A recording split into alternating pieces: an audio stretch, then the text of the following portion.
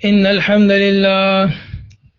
نحمده ونستعينه ونستغفره ونؤمن به ونعوذ بالله من شرور أنفسنا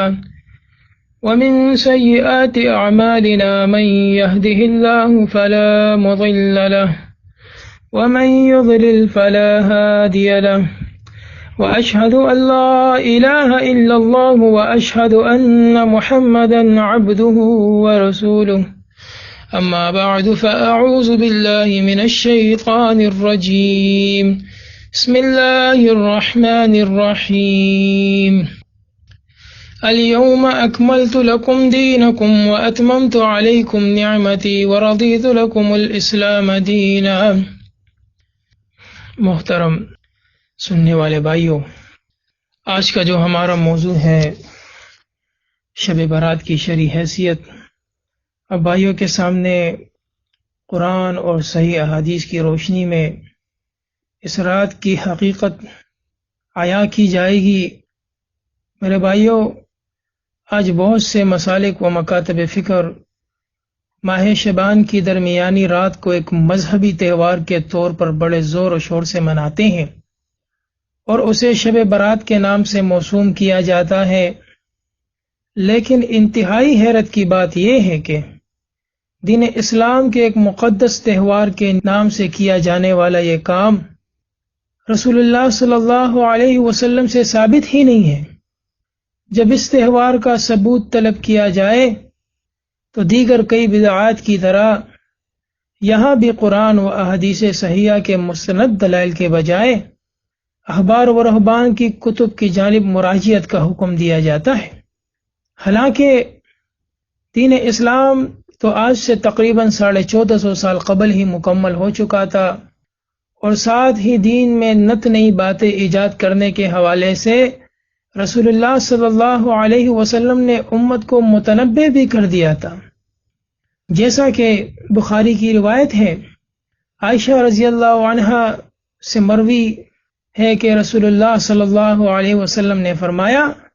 ایک فارمولہ بتایا امت کو کہ من احدث فی امرنا ھذا ما لیس منہ فہو رد۔ وہ فارمولہ کیا ہے؟ جس نے ہمارے دین میں کوئی ایسی نئی بات نکالی جو دین میں سے نہیں ہے تو وہ مردود ہے، یعنی اس کا عمل نامقبول ہے۔ اب بعض لوگ وہ یہ کہتے ہیں کہ اللہ کے رسول صلی اللہ علیہ وسلم نے تو ہمیں منع نہیں کیا شب برات منانے سے۔ تو میرے بھائیوں، اللہ کے رسول صلی اللہ علیہ وسلم کی یہ حدیث، اس کے مطابق ہر وہ کام جس کا حکم رسول اللہ صلی اللہ علیہ وسلم نے نہ دیا ہو، جس کا عمل رسول اللہ صلی اللہ علیہ وسلم کے عمل کے مطابق نہ ہو، اس کا عمل دین میں کوئی نیا کام ہو، نئی بات ہو، تو وہ مردود ہے، وہ نامقبول ہے، وہ عمل اس سے قبول نہ کیا جائے گا۔ اس طرح مسلم کتاب الجمعہ کی دوسری روایت میں جابر بن عبداللہ رضی اللہ عنہ سے مروی ہے کہ رسول اللہ صلی اللہ علیہ وسلم نے بیان فرمایا، فَإِنَّ خَيْرَ الْحَدِيثِ كِتَابُ اللَّهِ، کہ سب سے بہترین بات جو ہے یہ اللہ کی کتاب کی بات ہے، وَخَيْرَ الْحَدْيِ حَدْيُ مُحَمَّدٍ صلی اللہ علیہ وسلم، اور سب سے بہترین راستہ محمد صلی اللہ علیہ وسلم کا راستہ ہے، وَشَرَّ الْأُمُورِ مُحْدَثَاتُهَا، اور بدترین چیز جو ہے وہ بدعت ہے، وَكُلُّ بِدْعَةٍ ضَلَالَةٍ، اور ہر بدعت گمراہی ہے میرے بھائیوں۔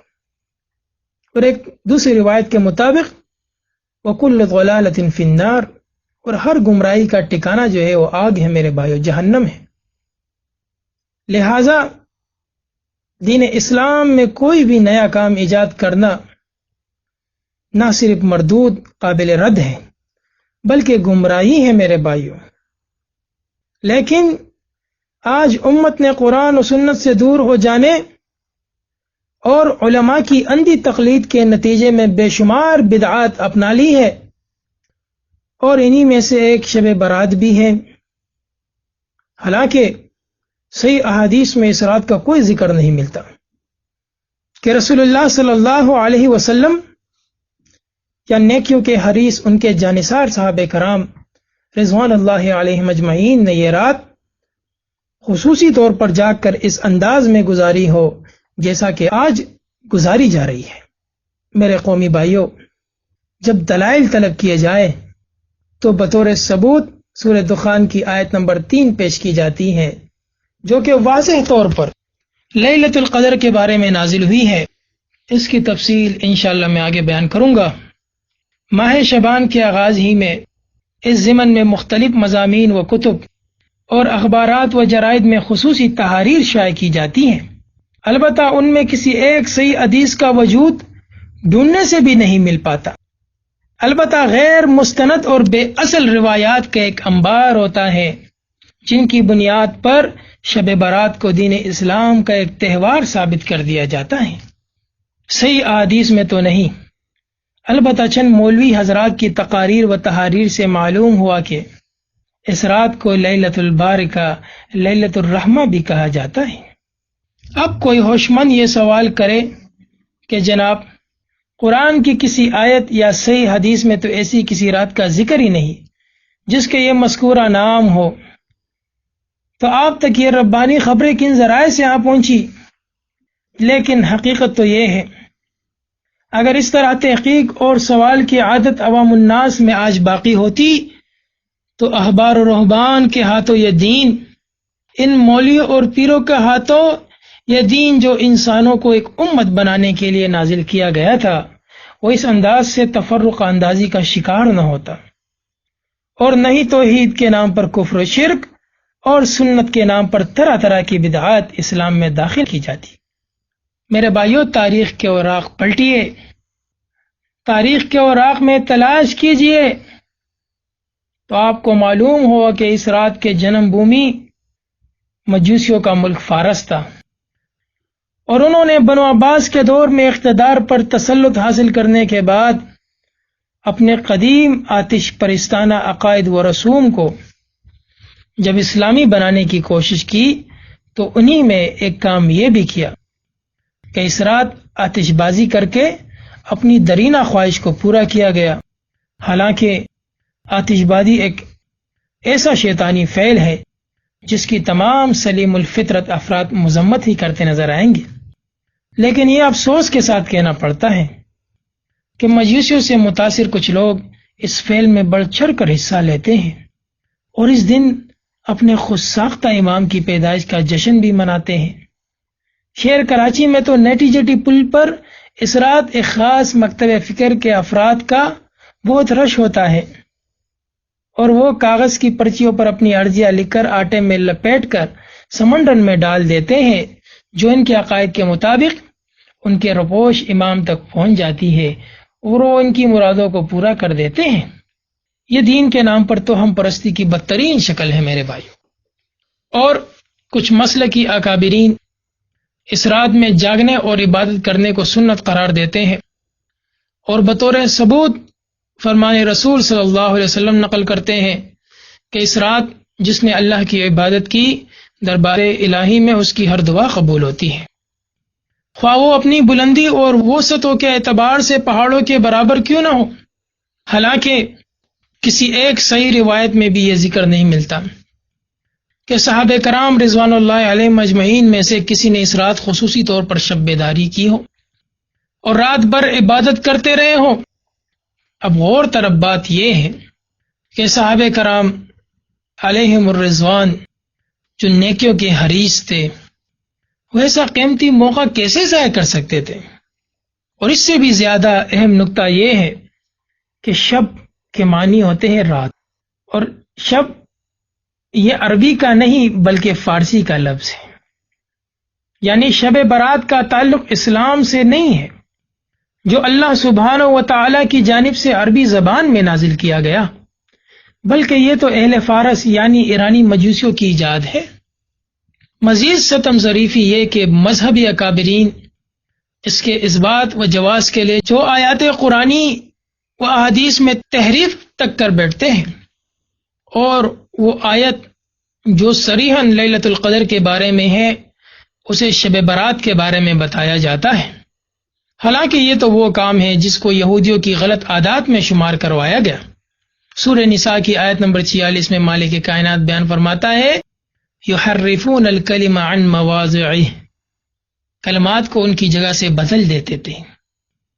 یہ بنی اسرائیل کا طرز عمل تھا جو آج بدقسمتی سے اس امت کے اندر آ گیا۔ لیکن کتاب اللہ کا یہ اعجاز ہے میرے بھائیوں کہ کوئی ناعاقبت اندیش اس کے معنی میں تحریف کر کے اپنی مزعومہ نظریے کو ثابت کرنا بھی چاہے تو اسی کتاب کے دیگر آیات میں الجھ کر اوندے منہ گر پڑتا ہے اور کتاب اس کا پردہ فاش کر دیتی ہے۔ آپ کے سامنے اب میں وہی آیت بیان کروں گا جس کی معنی اور تشریح کو بدل کر مذہب یا کامرین اسے شب برات کے اس بات میں بیان کرنے کی کوشش کرتے ہیں۔ مالک کائنات سورہ دخان کی آیت نمبر 3 میں بیان فرماتا ہے اِنَّا أَنزَلْنَاهُ فِي لَيْلَةٍ مُبَارَكَةٍ إِنَّا كُنَّا مُنذِرِينَ۔ مالک بیان فرماتا ہے ہم نے اس کو مبارک رات میں نازل فرمایا، بے شک ہم تو ڈرانے والے ہیں۔ اس آیت کے بارے میں یہ کہا جاتا ہے کہ دراصل یہی شب برات ہے جس میں قرآن نازل کیا گیا۔ اب اگر تحقیق کی جائے تو معلوم ہوگا کہ قرآن میں ایک اور جگہ بھی اس رات کا ذکر ایک مختلف نام سے کیا گیا، جیسا کہ ارشاد باری تعالی ہے۔ سورہ قدر کے اندر مالک کی کائنات بیان فرماتا ہے اِنَّا أَنزَلْنَاهُ فِي لَيْلَةِ الْقَدْرِ، کہ ہم نے اسے شب قدر میں نازل کیا۔ وَمَا أَدْرَاكَ مَا لَيْلَةُ الْقَدْرِ، اور تمہیں کیا معلوم کہ شب قدر کیا ہے؟ لیلۃ القدر خیر من الف شہر،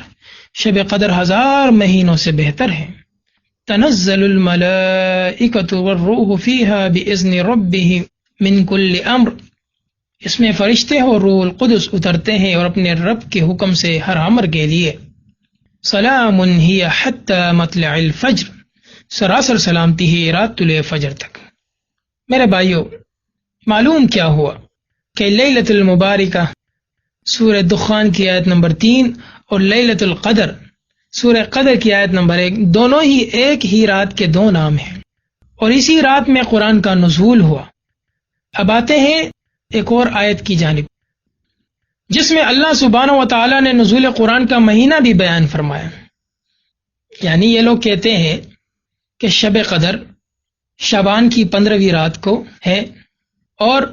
قرآن اور احادیث اس بارے میں ہماری کیا رہنمائی کرتا ہے؟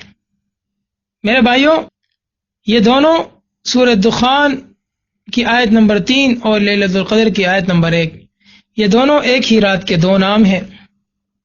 اور اسی رات میں قرآن کا نزول ہوا۔